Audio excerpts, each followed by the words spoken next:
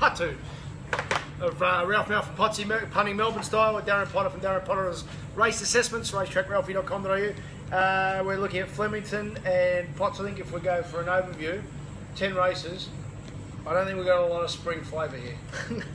I think this is almost the last meeting before the really good horses emerge. Yeah. So kick off in the first race. Wait for no one. They wanted all important cover.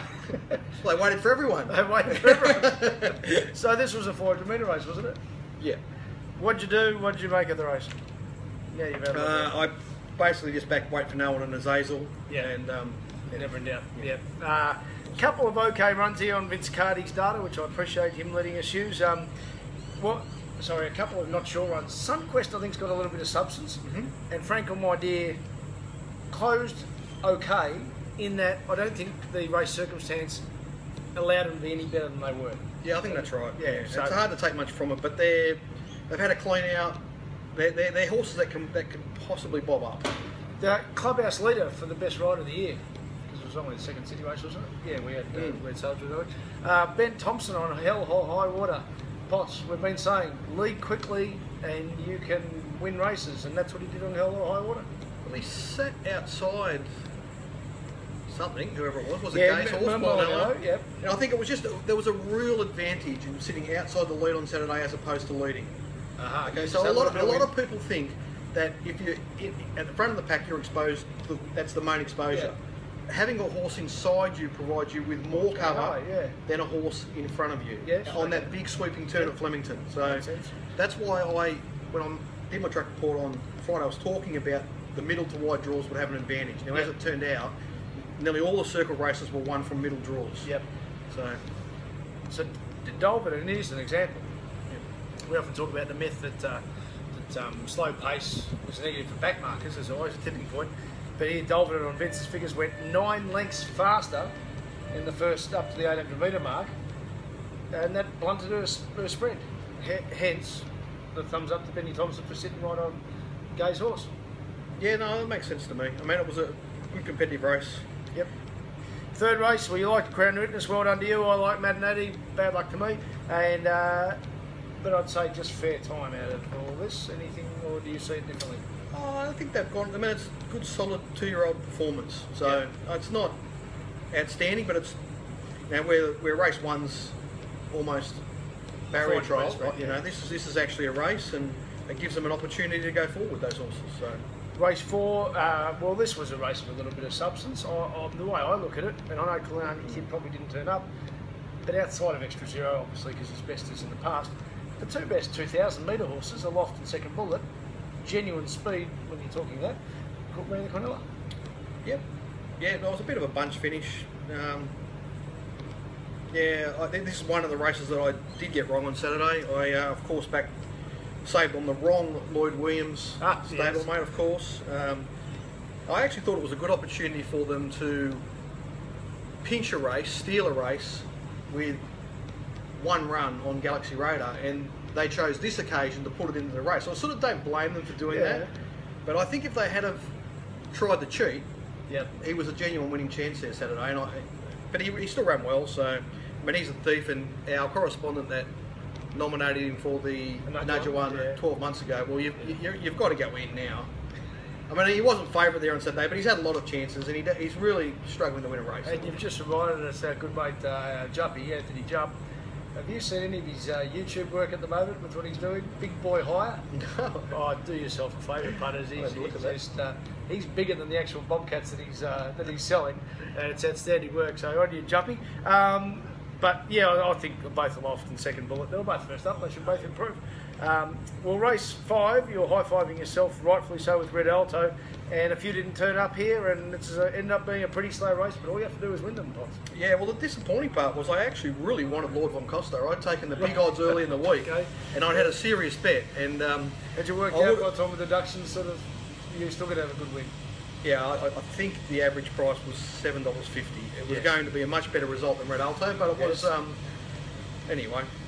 Well, part of my zig rather than zag situation was Friday, we're talking about, which races to play and which races to avoid, and that's always Friday, Arvo, Yogi was basically my best bet. And then I just kept on whatever checking flag. It's had harder racing and bigger substance, and it hasn't had the 2400. It just always nags at me when a horse hasn't had the 2400.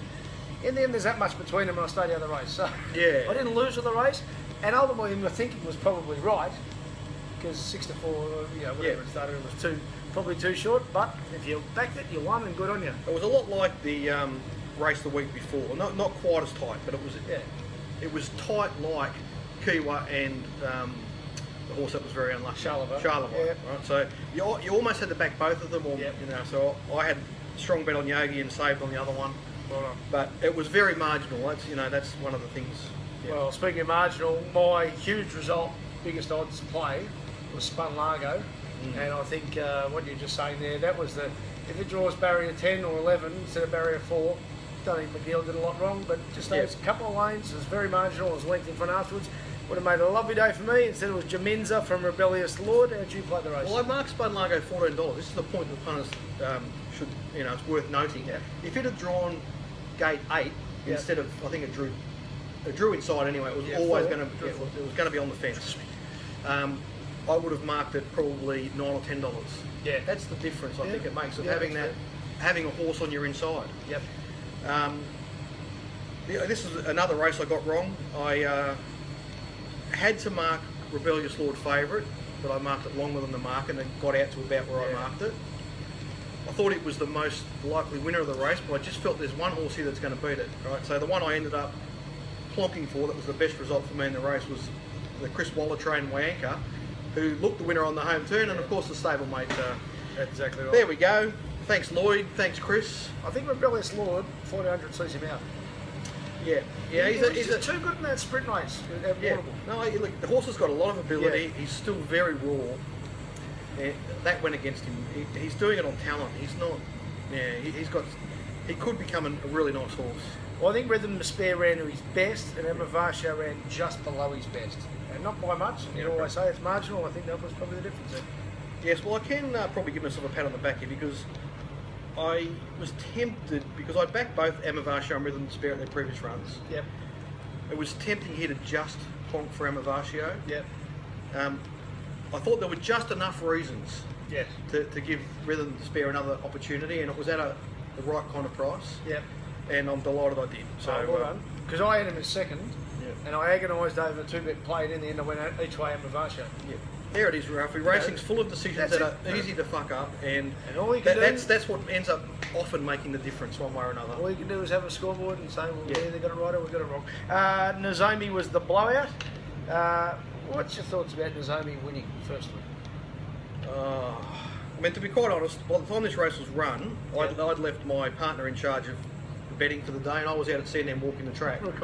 Right, so I haven't really analysed it all that much. I've looked at them. It's a really terrible race to watch. It's a horrible race. I can't really make a head or a tail of the whole thing. Well, Portman hasn't turned up. Yeah, no, that's right. Or Orient Line. Or Orient Line that got very, very wide on the track. Yeah. Which I reckon we got too wide. Yeah. Into the nowhere land that sometimes they look for these blending runs. Divine Misterati, very wide with the apprentice on. And then by the end, there's probably that tipping point against the rails. Nozomi on Vince's figures has done 5 lengths less work than Divine Misterati in the mid race. There's that much between them in the end, and I reckon the camp had a bet on Sim to win as well. No, so my back did. All three of them were okay. Yeah, and they should improve. I think Divine Misterati, I know he can be a gunner, but he's absolutely ready now. I mean, you're a platform man. I think now he's got the complete platform. Yeah, he's a funny horse. He's a horse.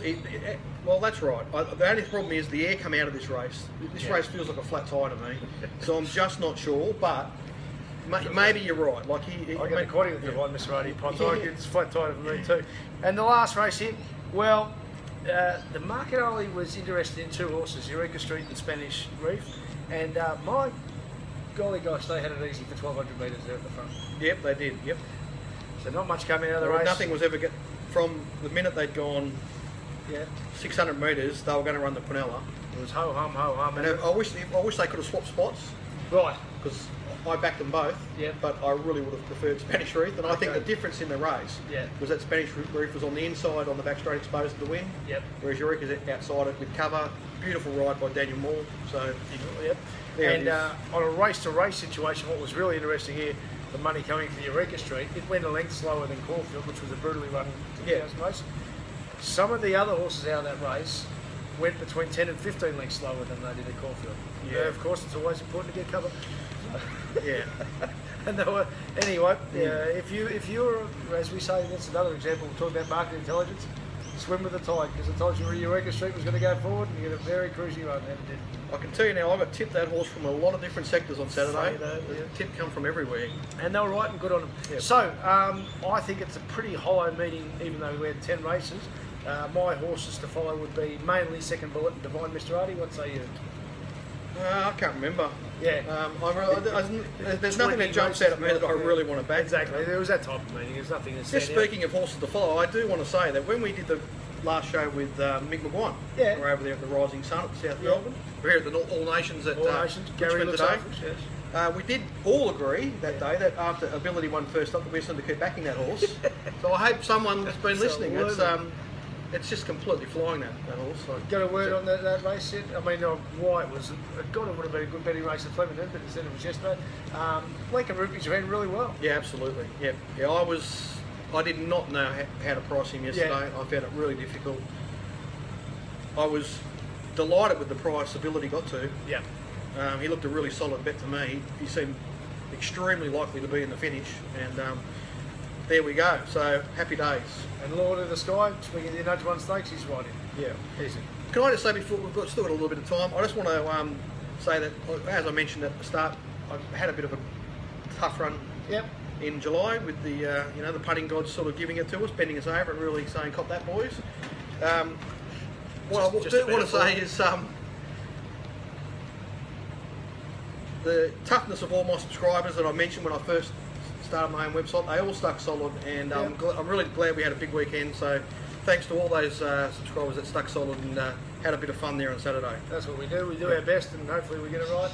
We do a long-term game, but when we do get it right, we've got to enjoy it. That's it. Yeah.